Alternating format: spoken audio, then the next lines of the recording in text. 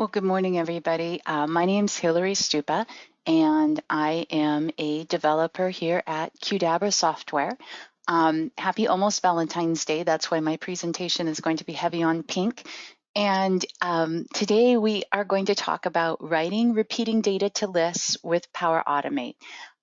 So there aren't very many slides. I mostly want to have plenty of time to kind of walk through the demo on this and how to do things, right? Because that's the important part, and that's the part that's going to have a great deal of variance depending upon your specific scenario. The general concept is to use Power Automate to take repeating data out of an XML, probably generated by InfoPath, right? And to write that out to a SharePoint list. There's, different triggers you can use in Power Automate to start a process. When I was thinking about this scenario, I was kind of envisioning a library that has a bunch of existing XML in it that needs to get the data into a SharePoint list, and then possibly an ongoing process when the existing XML changes. So for example, you have a form library and your users have thoughtfully created 7,000 forms in this library, and now you've got a new reporting requirement that needs to be able to look at the repeating data inside the form. I'm sure none of this sounds like that far-fetched, right? This strikes me as the kind of scenario we end up having to solve on a regular basis for people. And so now what? Now what do you do? And so you could use the same flow first with a schedule or a manual, like a button press trigger, to loop through the library, take care of all the items initially, and then make a copy of that flow and change the trigger, for example, to created or modified in order to keep track of the new stuff as it comes up. Now, we are going to use a couple of expressions in our flow, and they are pretty straightforward. It's the XML and the XPath functions. You and I are aware of the occasional hiccups we have dealing with namespaces, right? Because InfoPath uses a namespace prefix. And the XPath function in Logic Apps, in Power Automate or Logic Apps for that matter, is not particularly namespace friendly. However, using XPath to get what we need without including the namespace prefix, while a little clunky, is not that hard. So we're going to look at that pretty closely, okay? The basic flow structure that we're going to look at now, for my demo, I created it to grab all the XML in a library and iterate over them. Again, for real life, you may, if you've got a brand new project you're using this for, you may want to do a created modified trigger. You may want a nightly process that does this. If your library has very many items, you probably don't want to be looping through them every night. The general design pattern I would recommend here is that you store the ID, and by that I mean the list item ID of the parent form, in your child SharePoint list so that you can easily reconnect your data for things like reporting, because that's usually the reason we want to get this data out. And I also would suggest that for updates, you take a delete and create pattern, and we're going to look more closely at that. And the reason for that is, let's just say in Form A, we've created 10 list items, and we know all 10 of those list items belong to Form A. But when we go and pull the data from Form A a second time, we don't know exactly which list item associates with which repeating node in the form. So you would have to do a lot of comparisons to figure out which item to update in the list if Form A changed. And in general, that's kind of icky, right? Who wants to do that? Much better to just blow it all away and then submit it all again. Again, this is it for the slides, guys, because all of this is kind of, not that great. What really matters is what does this look like in practice? And I did export a copy of this flow for you, so you guys will have it with the webinar packet. So let's just take a look. Here's my library. So this is my library. It's full of time cards. You can see that I've got a handful of these submitted. Okay, I do have the ID column showing here, and this is my list item ID. I'm just going to do this smaller to larger for right now. So this is my list item ID, and you guys know that that's a stable thing for the lifetime of this particular item, right? So this is an auto incrementing integer. It will never get reused again, just kind of list basics. And then here is my list that I wish to put my repeating data in. And now here we get to my flow. So let's go ahead and I'm going to hit edit on this, and we're just going to take a look at this one. So this approach, I'm using a manual trigger. I'm getting all the items, and then I'm processing through them. And after we get done kind of exploring this flow, we'll talk about how you might want to change this if you also needed to do handle for each form individually as changes were made, which, you know, users, they just keep changing data, right? So this manual trigger, it's very simple. It's just a button trigger. And I like those for testing. They make testing really quick. I don't have to wait for a schedule to run. I don't have to submit an item. So I use that a lot when I initially do something or build something. And then, you know, you can always delete that trigger and add a different trigger. So the first step here, I'm getting all the items in my library. Now, one thing I've run into is people feeling like they cannot use a library in these SharePoint actions. Now, this SharePoint action is the get items SharePoint action, plural items. It pulls back multiples. And you can see right here where it shows list name. Do you see that X? So that I'm sorry, you guys. I don't mean to be like 101ing this too much, but at the same point in time, there's these little nuances that it's really helpful to kind of know. So I'm going to go ahead and just kind of go into these little details. So you can see if there's this little X, it means I entered a custom value. So I'm going to just Control X that out and hit clear. And you can see now that changes to a drop down. Now this is my test site. So as you can see, there's a ton of stuff here. But just trust me when I tell you all of these things are lists and none of these things are libraries. So if you want to deal with a library here, you hit enter custom value. Hopefully, let's see if anything's listening to me. Enter custom value. See how that changed to an X now? And then you enter the name of your library. I saw the other day that this may not be case sensitive, but with all these years of XML, XPath, and C#, I personally am case sensitive. So I always make sure my casing is correct. And by list name, it means literally what's the name right here. You know, and then if this is whatever my list is, then that would be what you would put in. Okay, so that's what you're going to put in there, and then you can see now that it's got the list name. Now, another thing for testing that I find useful is right here for filter query, an OData filter query to restrict the entries returned. So you can look up the syntax. I think it's OData 2.0 query syntax. Oh, look. I had this up yesterday and then my computer helpfully restarted in the night. And it's down here in section 4.5. I know you guys are all over there shaking your heads because I said this was going to be simple, but it is simple. So if you, if you check these filter conventions here for filter system query options, this is basically what we're talking about here, is you can do equal, not equal, greater than, less than, etc. My point being that if you have a library of 7,000 items, and you want to run a quick test to make sure your flow works, you probably do not wish to test with all 7,000 items. So one way you can minimize that is by adding a filter query here. For example, I can see my IDs here. So I'm going to just say, you know, ID less than 6. And that way I won't have a bunch of stuff, right? So it's ID, it's LT. I got that from my URI conventions over there. And since this is a number, it doesn't have to have quotes on it. So now I'm saying I want ID less than 6. You can also enter a top count here, for example. I like using the filter query because then I know specifically which items I'm getting back.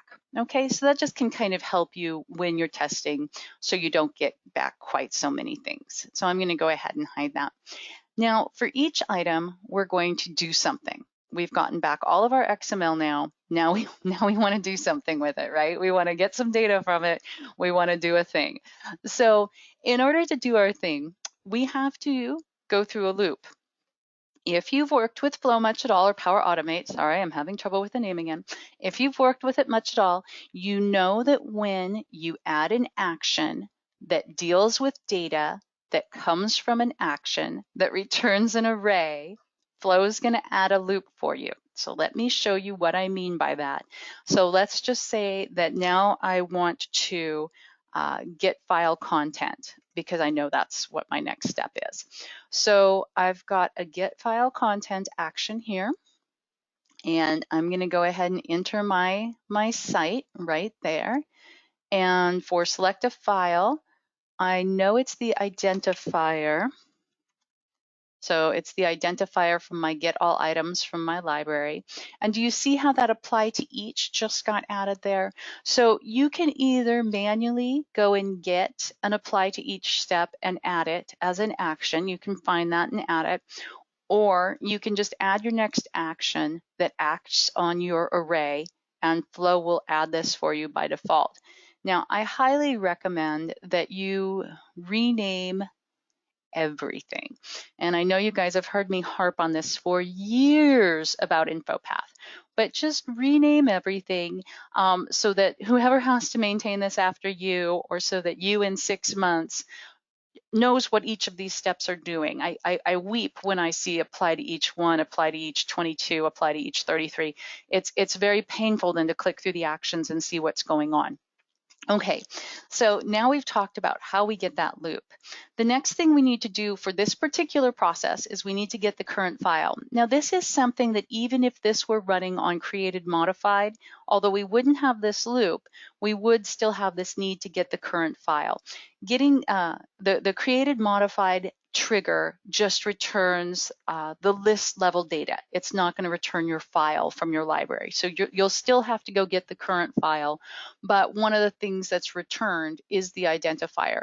And so that is what you can use. And you can see as we hover over this that this is coming from my for each items, okay?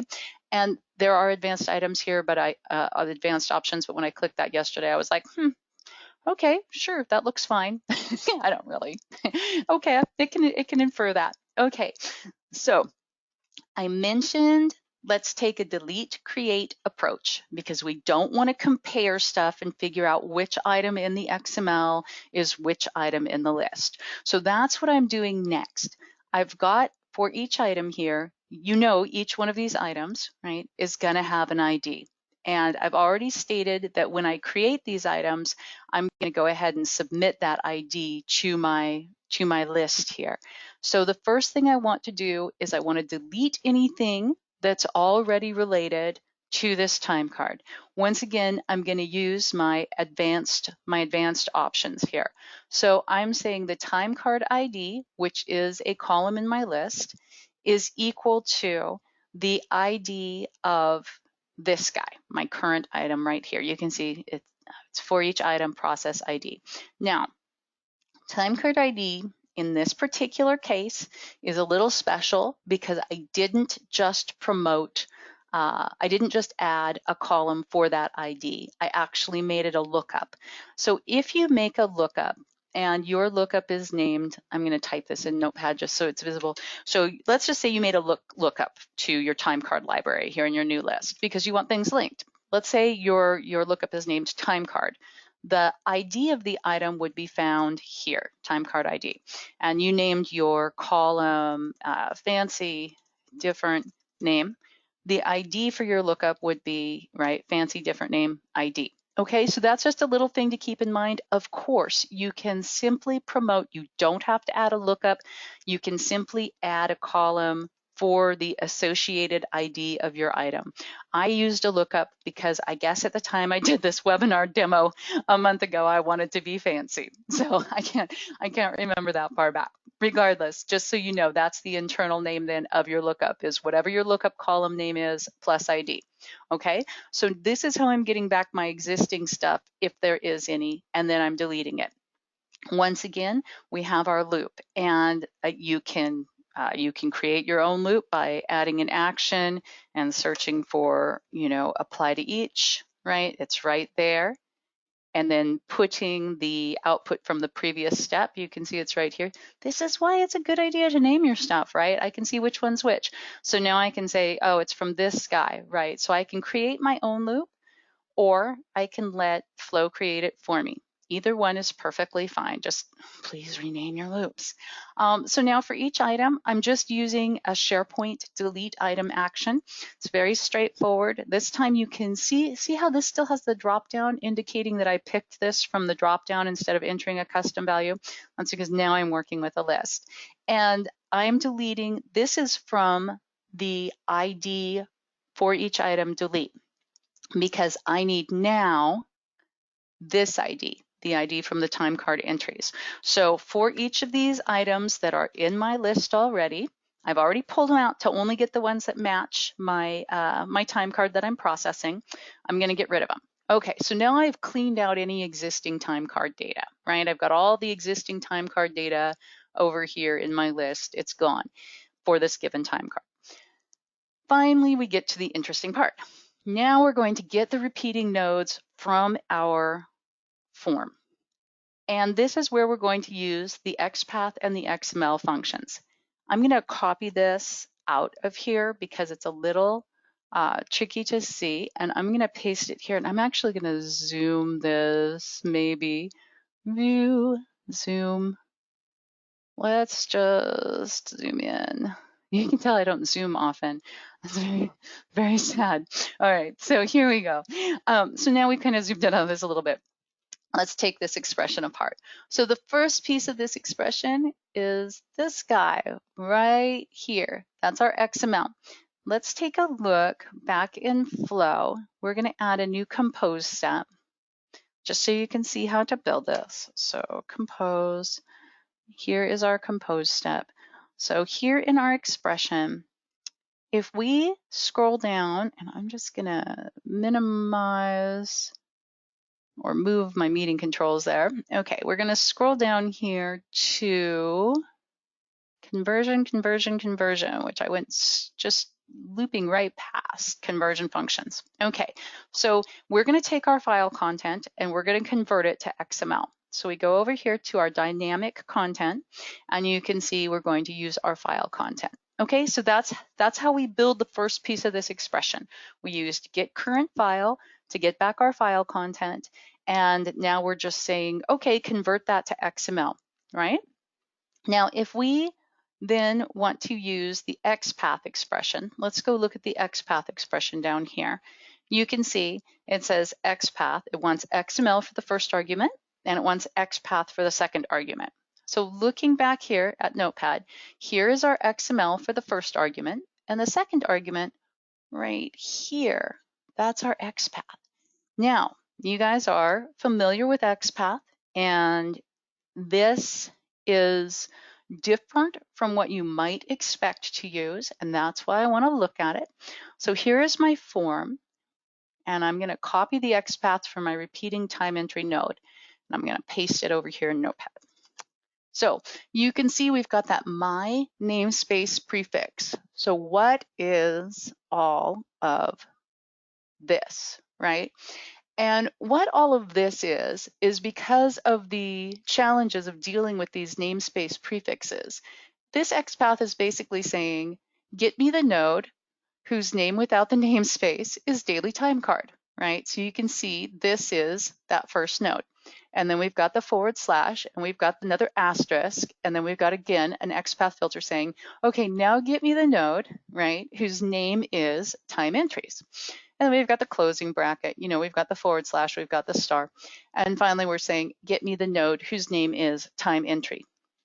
This was the easiest way I found to use XPath on XML with namespaces in an expression. And it's clunky and it's not beautiful to look at. However, it works and it's really not that big of a deal. Just build it out in Notepad or something. Keep in mind that in your flow, opening quote and closing quote to indicate text are the single quotes, and you can go ahead and use double quotes inside when you're doing any filtering, and you'll be fine. So that, seriously, you guys, that's like the trickiest part of the whole thing. I'm going to delete this step that I added, and we are going to go look at the rest of this. So let me get rid of that guy.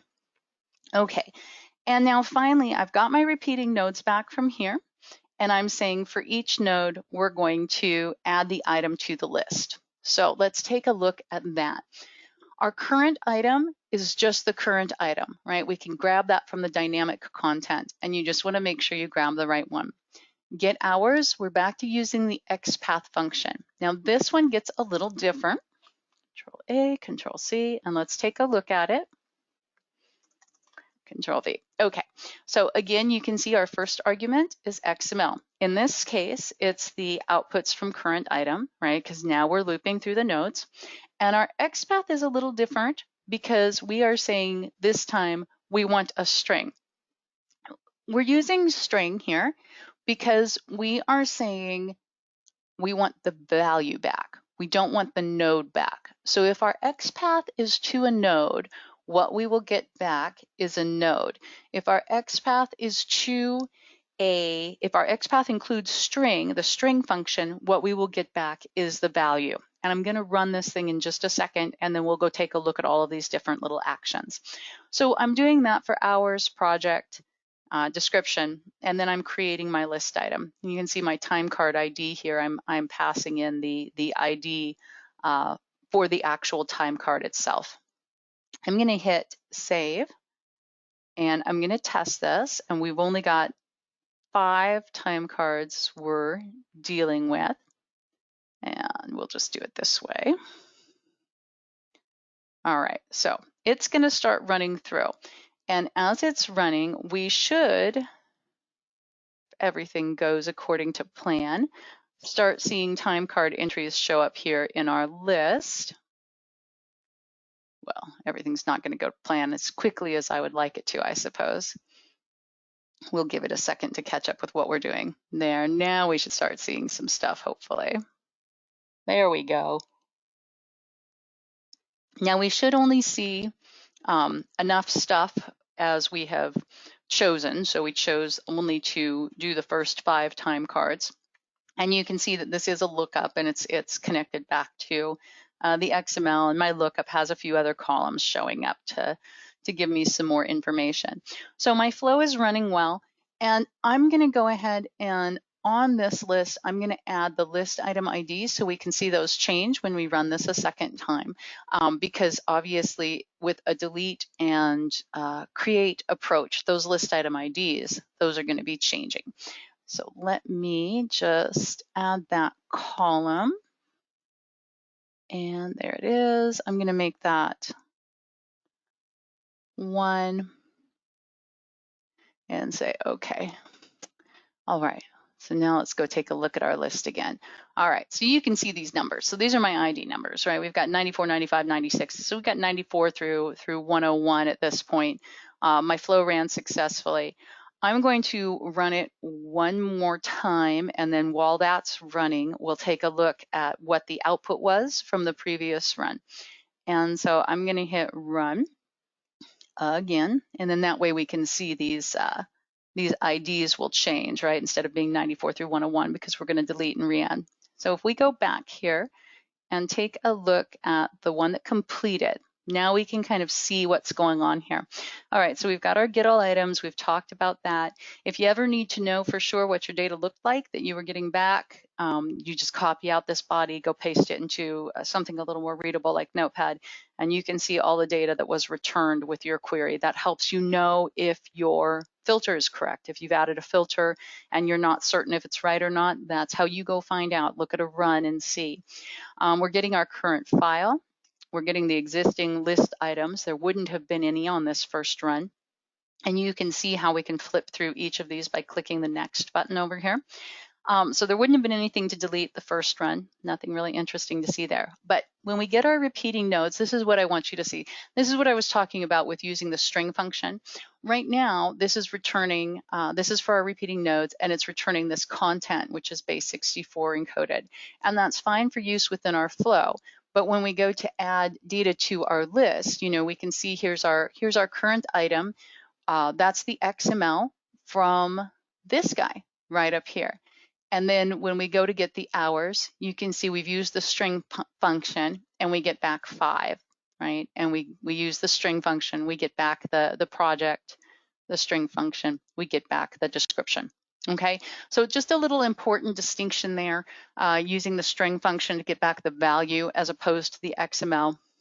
If we go back to our list again here, you can see our IDs have all changed because I deleted the originals and then I went ahead and inserted new ones. So I think the only last little piece of this was if you then need also, and I'm gonna be lazy, I'm just gonna leave it that name.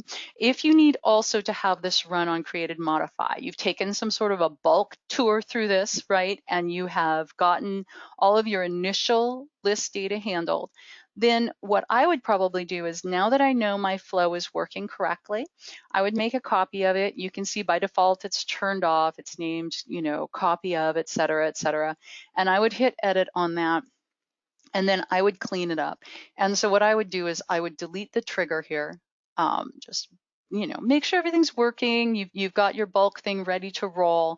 And then you could go ahead and get started here and change to when an item is created or modified, you select your list, and it was, we've got to go custom. So it's daily time card entry and daily time card. Oh, that's okay. I'm not going to say this. All right. And then what you will do is every place that you were using something from get all items here down below, where you've got like get current file and you're using the identifier from this for each, you would just go through and you would replace these and you would get the right one. So it would be identifier. Well, I would think you could get the right one, but I do not see it. So maybe I am telling you a lie. Maybe I'm going to have to save this and then we'll get it. I hate it when I lie to you guys. I was pretty sure this would be pretty straightforward to be able to swap it over with a save as, but let's go see. Oh, I wonder. Here we go. Yay, live and learn. I love it when we learn something new. See how I didn't get the list name right? That's why I didn't have an identifier. It's daily time card. I love this live troubleshooting, right? And now if we click down in here and we do identifier, you can see now that we've got an identifier from there. Okay, so don't be like me. Do as I do, not as I say. Right, and so what you would basically do is everything that was coming from your for each down below here, you would swap it over to come from when an item is created or modified, and then you should be able to drag these actions out of the for each loop. Okay, and you may need to shove them into a scope and drag the entire scope out. Let us find out. Yeah, that worked. Okay, so you can just go through here and one by one, right, you would just swap these over. Let's search for ID. I use this search so much now in Flow because it's such a pain to go leaf through everything. Okay, so generally that's the general concept for how you would modify this. I've included a link to this reference, the XPath reference. I'll be honest, I didn't find it terribly helpful when I was working on this. I actually found some forum posts a little more helpful than this, but I'll include a link to it in the slides. I'll drop in a link to this guy as well. And I guess that's really it. And I'll also include the export of that flow so you guys have a copy of that to look at. Does anybody have any questions on this? Whoops, boy, I'm trigger happy. Anybody have any questions on this? Please holler if you do. I think everybody knows my email, but it's hillary.stupa@qdabra.com, or you can email support@qdabra.com if you would like to get more information on this, or if you need a hand, or if you're just like, wait, I didn't get that part. Okay, so if you come up with a question later, let me know. I'm happy to help you with this if it's something that's useful to you. And for the wrap up, if you guys haven't tried Forms Viewer yet, give it a try. It's pretty awesome and it's getting better all the time. And we're happy to help you with that as well, so you can continue to leverage your InfoPath investments. Other than that, I hope everybody has a wonderful rest of your week, great weekend ahead, and let me know if you have any questions. Thanks so much.